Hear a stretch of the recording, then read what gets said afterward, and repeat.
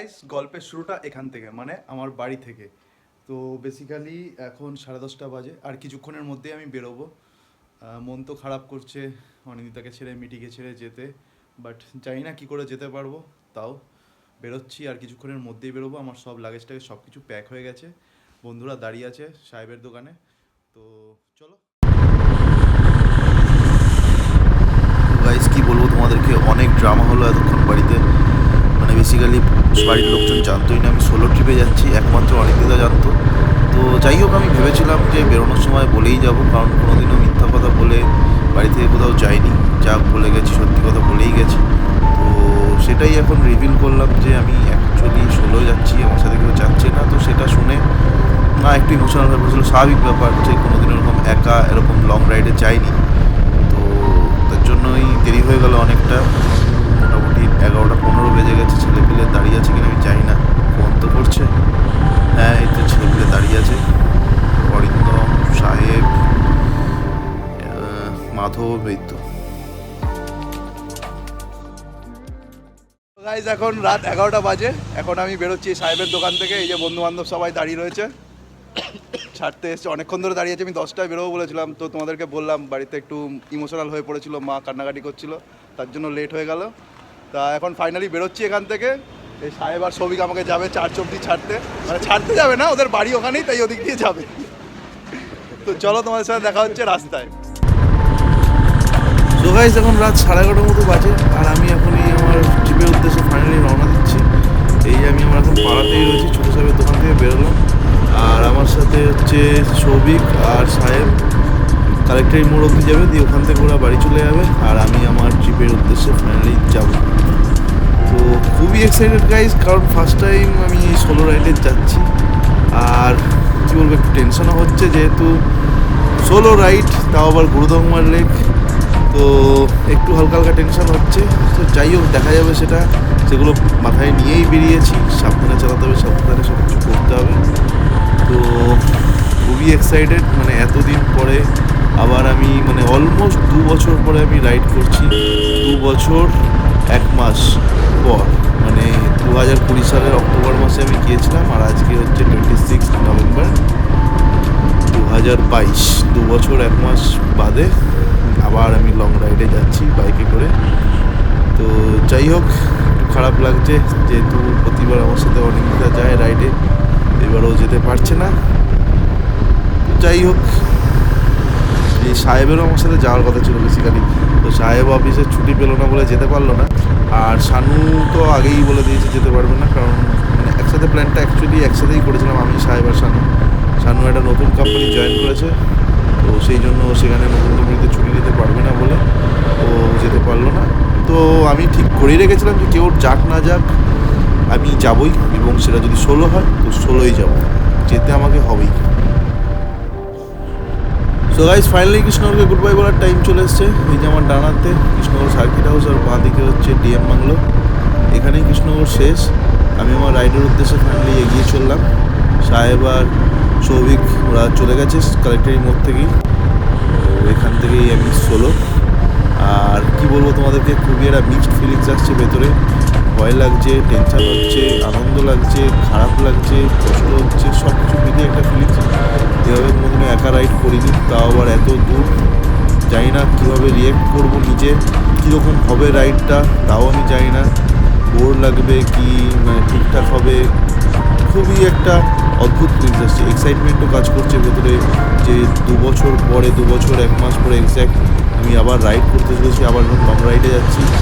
জানি না কী হবে, মানে তোমরা প্রে করো যেন সব কিছু ঠিকঠাক হয় এবং সব কিছু যেন ভালোভাবে আমি কমপ্লিট করে আসতে পারি। আর অ্যাকচুয়ালি এটা আমার 5 দিনের ট্রিপ। তোমাদেরকে আস্তে আস্তে আমি যত সময় যাবে ডিটেলসে তোমাদেরকে বলছি, আমার প্ল্যানিংয়ে কী কী রয়েছে, কী আছে না আছে সবই তোমাদেরকে ডিটেলসে বলবো। তো তোমরা আমার সাথে থেকো, আমার জন্য প্রে করো এবং পুরো ভিডিওটা দেখো। গাইজ, আই মাইট সাউন্ড লো, কারণ পিডিকে ছেড়ে 5টা দিন কোনোদিনও থাকিনি এমটি হওয়ার পর থেকে। তো ওকে ছেড়ে থাকতে হচ্ছে বলে খারাপ লাগছে, কষ্টও হচ্ছে। তারপরে আমার সাথে যে আমার রাইডিং পার্টনার অনিন্দিতা, তো সবসময় আমার সাথে প্রতিটা রাইডেই গিয়েছে মোটামুটি। প্রথম দিকে বিয়ের আগে 1-2 রাইড ছাড়া, তারপর থেকে যা লং রাইড আছে আমার সাথেও গিয়েছে। তো এই রাইডটায় ও যেতে পারছি না মিঠির জন্যই, কারণ ওকে দেখার জন্য একজনকে লাগবে, কারণ মিঠি খুবই ছোটো, সেই জন্য একটু ভেতরে কষ্টও হচ্ছে। তোমাদেরকে বললাম এইসব কারণে একটা মিক্সড ফিলিংস আমার ভেতরে কাজ করছে। দেখা যাক। এই আমি NH30 করে উঠলাম পিডব্লিউডির মোড় থেকে, আর এখান থেকে আমার নেক্সট স্টপ বহরমপুর। ইচ্ছা আছে বহরমপুরে ডিনার করার, বাড়ি থেকে ডিনার করিনি, কারণ মানে একটু ইমোশনাল। মা বাবা কান্নাকাটি করছিল, মা তো মানে কান্নাকাটিও করছিলো, আর বাবা বকাবকি করছিলো যে হ্যাঁ এইভাবে যাওয়ার কী দরকার, বাড়িতে একটা রেসপন্সিবিলিটি এসছে আমার এখন, যেরকম হয় টিপিক্যাল ইন্ডিয়ান প্যারেন্টস আর কি, তার মধ্যে বাঙালি এইগুলো একটু বেশি কাজ করে। এই জিনিসগুলো কোনো দিন এরকমভাবে সোলো রাইডে যায়নি, তারাও শুনে শখ হয়েছে। তার জন্য বাড়িতে ডিনার করার প্ল্যান রাখিনি। ডিনার করতে গেলে আরও মানে অনেক বড় লম্বা প্রসেস হয়ে যেত, বেরোতেই হয়তো পারতাম না। যাই হোক, ইচ্ছা আছে বহরমপুরে গিয়ে ডিনারটা করার। বহরমপুরে সঞ্জয় হোটেল আছে, আমরা যখনই এদিক দিয়ে যাই সঞ্জয় হোটেলে দাঁড়াই ডিনার করার জন্য।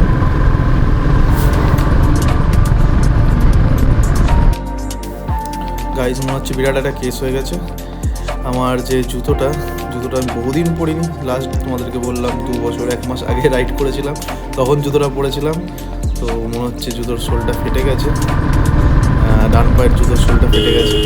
মানে ফেটে গেছে মানে কি, আমি এসে দেখছি এখানে হঠাৎ করে পায়ে ঠান্ডা লাগছে। মানে যখন এই NH30 করে উঠলাম, 4 লেন স্টার্ট হওয়ার পরে ডান পায়ের তলার দিকটা ঠান্ডা লাগছে। কী ব্যাপার হলো, দিয়ে এখানে দাঁড়িয়ে আমি দেখছি পায়ের জুতোর তলার ডান পায়ের সোলটা নেই, লিটারেলি নেই, মানে ফেটে গুঁড়ো হয়ে পড়ে গেছে। জাস্ট সোলের পরে যে ইনার সোলটা থাকে সেই সোলটার লেগে রয়েছে, সেখান দিয়ে মোজা বেরিয়ে যাচ্ছে।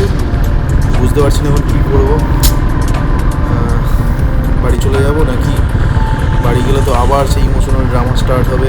মা বলবে যেতে হবে না, থেকে যা, বাধা পড়লো, যেটা হয় একদম মানে কনজারভেটিভ মাইন্ডের, বাধা পড়লো যাওয়ার আগে যেতে হবে না। দেখা যাক কী করি।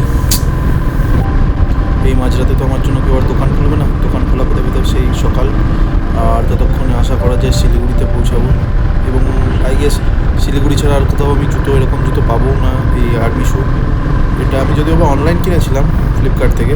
তো শিলিগুড়িতে রাস্তার ওপরে আমার যতদূর মনে পড়ে বেশ কিছু আর্মি মানে শ্যু স্টোর রয়েছে, ওদের আর্মির জিনিসপত্রটা বিক্রি করে, তো সেখান থেকেই কিনতে হবে। তো ওই 1 পায়ের জুতো ছাড়া কতদূর কী যেতে পারবো, মানে জুতো ছাড়াই বলা যায়, জুতোর মানে সোল নেই। যেরকম 2 বছর না পড়লে যে সোল এভাবে ফেটে যেতে পারে সেটা আমার মানে জানা ছিল না। তো দেখা যাক, বাড়ি আমি যেতে চাইছি না অ্যাকচুয়ালি।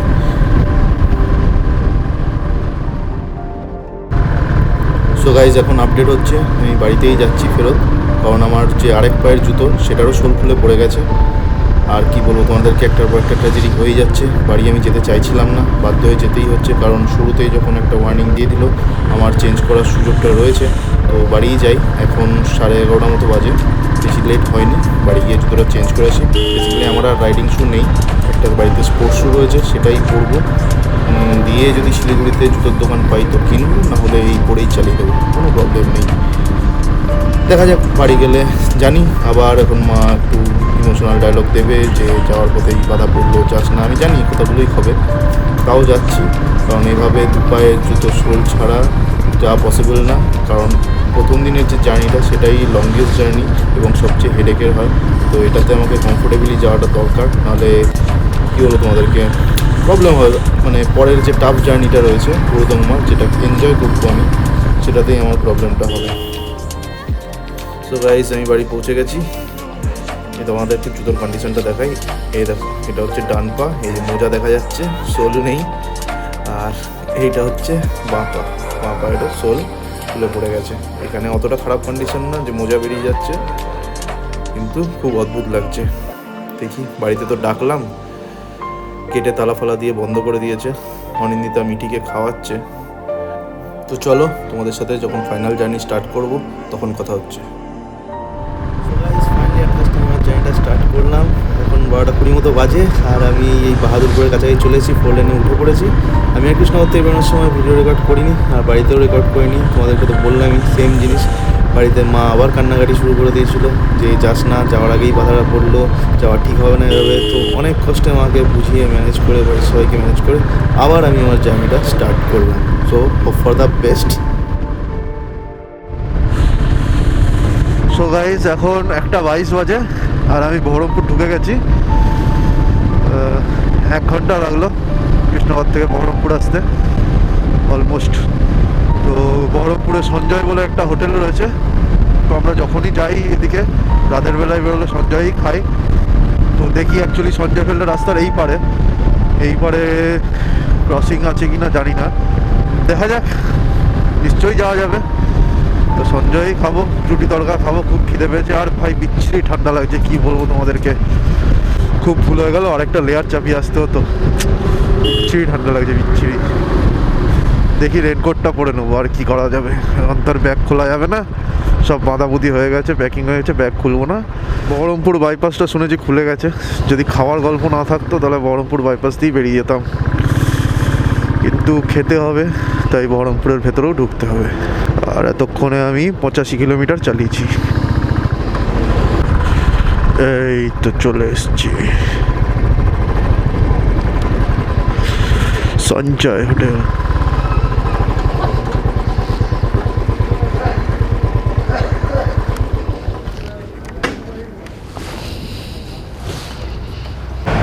তো গাইস চলে এসেছি সঞ্জয় হোটেলে, এখানে একটু খাওয়া দাওয়া করবো, ডিনার হবে আমাদের,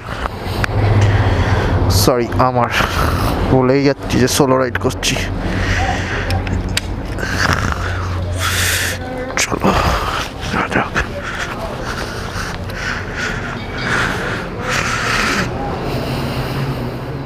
সো গাইস সঞ্জয় হোটেলে চলে এসেছি, এই যে দেখতে পাচ্ছ রুটি আর তড়কা, ডিম তড়কা খেতে দাঁড়িয়েছি। আর বিচ্ছিরি ঠান্ডা লাগছে, জানি না কেন।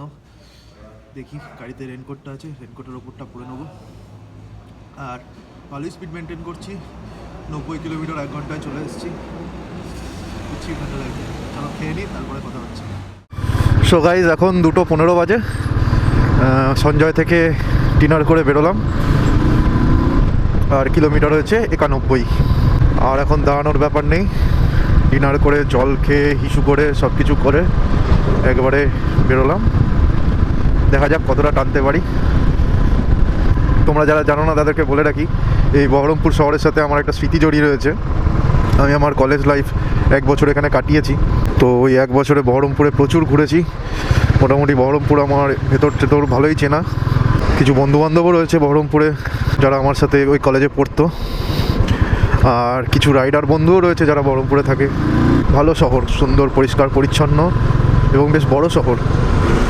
বড় শহর কেন বলছি তোমরা বুঝতে পারবে, মানে এই বহরমপুরেই 3টে রেলওয়ে স্টেশন রয়েছে, মানে বেসিক্যালি 2টো তো প্রপার বহরমপুরেই, আর একটা 4-5 কিলোমিটারের মধ্যেই বহরমপুরের। এক হচ্ছে বহরমপুর কোর্ট, 2 নম্বর হচ্ছে কাশিম বাজার, আর 3 নম্বর হচ্ছে খাগড়াঘাট। তাহলে বুঝতে পারছো বহরমপুর শহরটা কতটা বড়। সো গাইজ এখন 3:30 বাজে, আর আমি এখনও অবধি বাড়ি থেকে 193 কিলোমিটার এসেছি। আর এই যে ফারাক্কা ঢুকে গেছি, ফারাক্কা ব্রিজের ওপর রয়েছি আমি এখন। আর জ্যাম স্টার্ট, এটা আর কি বরাবরের ট্রেডমার্ক, ফারাক্কা ব্রিজের জ্যাম। আমি লাস্টবার বোধহয় জ্যামটা পাইনি, আমি আমার ব্লগে বলেছিলাম, অবাক হয়ে গেছিলাম যে ফারাক্কা ব্রিজের ওপরে জ্যাম নেই। তো ওখানে নর্মালি জ্যাম থাকে, কারণ অ্যাকচুয়ালি এই ব্রিজের ওপরে স্পিড লিমিট রয়েছে বড় গাড়িগুলোর জন্য, সেই স্পিডের ওপরে যেতে পারবে না, ওই জন্যই বেসিক্যালি জ্যামটা হয়। তো সঞ্জয় হোটেলের রুটি তড়কা খেয়ে বিচ্ছিরি অ্যাসিড হয়ে গেছে, মানে ভুলই হলো রুটি তড়কা খেয়ে। আর তাছাড়া খাবোটাই বা কি রাতের বেলা এসব হোটেলে ধাবায়, ভাত তো খাওয়া যাবে না, ভাত খেলে ঘুম পাবে, রুটি তড়কাই একমাত্র উপায়। আর আমি এই রাস্তা দিয়ে বহুবার গেছি, বহুবার তার ভিডিও করেছি, বহুবার তোমাদেরকে দেখিয়েছি, তাই আমি আর রাস্তায় টানা ভিডিও করছি না। জায়গায় জায়গায় আমি ক্যামেরা অন করে তোমাদের জাস্ট আপডেটটা দিচ্ছি যে আমি কোথায় রয়েছি, কটা বাজে এবং কত কিলোমিটার রান হলো। আর সঞ্জয় হোটেল থেকে আমি একটু ফ্লাস্কের চাও নিয়েছি, বাড়ি থেকে আমি ফ্লাস্ক নিয়ে এসেছিলাম। সোলো রাইড করছি, চায়ের খুব দরকার পড়বে, সব জায়গায় তো চা পাবো না, তো ফ্লাস্কে করে আমি চা নিয়ে এসেছি। গাইজ এখন 4:30 বাজে, আর আমি অলমোস্ট 200 কিলোমিটার চলে এসেছি আমার বাড়ি থেকে। এটা আমার সেকেন্ড ব্রেক, মানে ফার্স্ট ব্রেক ছিল হচ্ছে বহরমপুরে সঞ্জয় হোটেলে ডিনারের জন্য, এটা সেকেন্ড ব্রেক। তো একটু দাঁড়িয়ে নিই, কোমর ব্যথা হয়ে গেছে, একটু চা নিয়ে এসেছি, ওখান থেকে চা খাই, প্লাস একটু হালকা এক্সারসাইজ করে নিই। বলো তোমাদের ভিডিওটা কেমন লাগছে। আর আমি এই সব রাস্তায় বেশি ভিডিও করে বেকার, ভিডিও লম্বা করবো।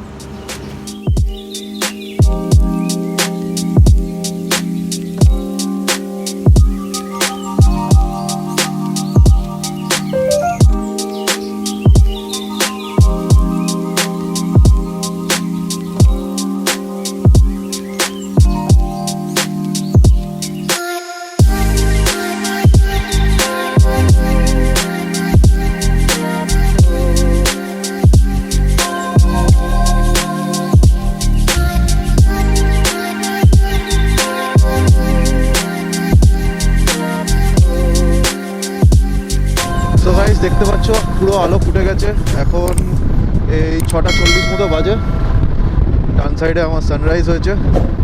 অ্যাকচুয়ালি হালকা হালকা ঘুম পাচ্ছিল, তো সেটা কাটানোর জন্যই দাঁড়িয়েছিলাম, যেটা আমার থার্ড ব্রেক ছিল। তো দাঁড়িয়ে দেখি একটা অসাম সানরাইজ হচ্ছে। তো ড্রোনটা না বের করে পারলাম না, তো একটা ড্রোন শট নিলাম। দেখে অবশ্যই কমেন্টে জানাও তোমাদের কেমন লাগলো।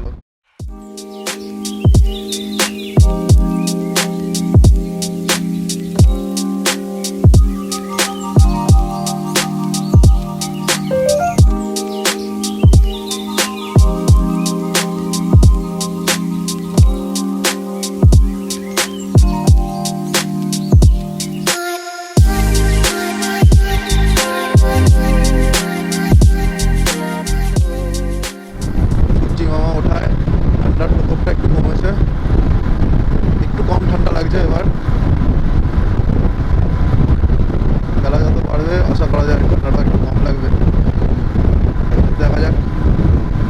তো এখনো অবধি আমি চালিয়েছি হচ্ছে 342 কিলোমিটার।